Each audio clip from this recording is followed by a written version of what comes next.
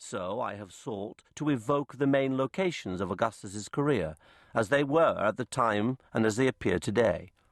Among them, his house on the Palatine, the secret palace on the island of Pandateria, the low, sandy headland of Actium, and the spectacular city of Alexandria.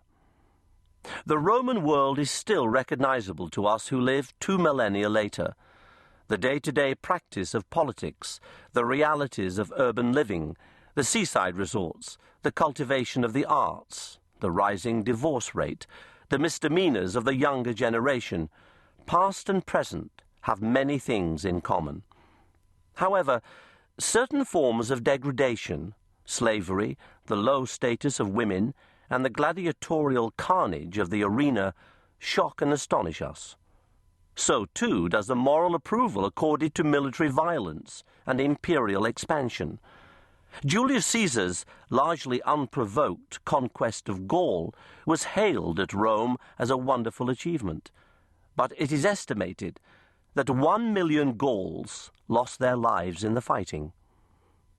Augustus was a very great man, but he grew gradually into greatness. He did not possess Julius Caesar's bravura and political genius. It was that genius, of course, which killed Caesar, for it made him incapable of compromise. He was a physical coward who taught himself to be brave. He was intelligent, painstaking, and patient, but could also be cruel and ruthless. He worked extraordinarily hard.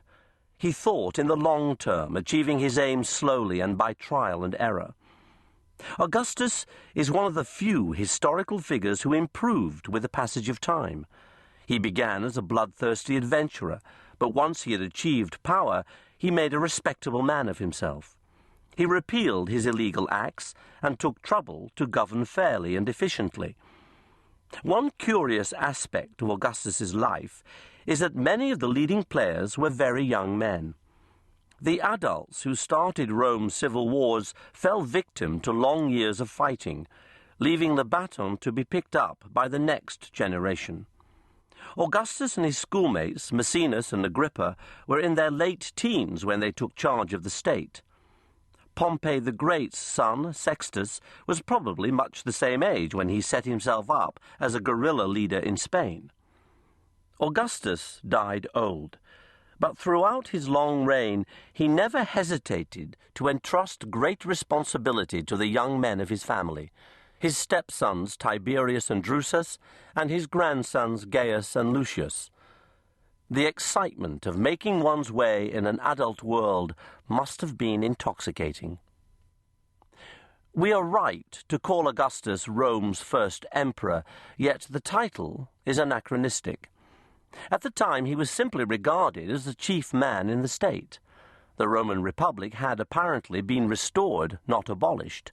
Augustus developed a personality cult, but he did not hold permanent authority and had to have his powers regularly renewed. Only with the accession of Tiberius did people finally realize that they were no longer citizens of a free commonwealth, but subjects living under a permanent monarchy. So nowhere in this book do I call Augustus emperor. The task of writing a life of Augustus is complicated by the fact that many contemporary sources are lost, casualties of the Dark Ages. The autobiography down to 25 BC that Augustus wrote in Spain, his correspondence with Cicero, Agrippa's memoirs, the history of his times by Pollio, and Messala's commentaries on the civil wars after Julius Caesar's assassination, 30 books of Livy's Great History of Rome, covering the period from 44 to 9 BC.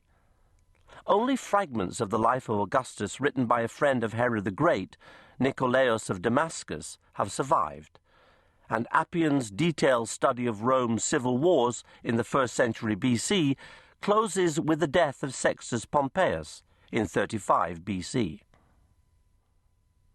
Dio Cassius gives a reasonably complete account in his Roman history, but his style is pedestrian, and he wrote 300 years after the event.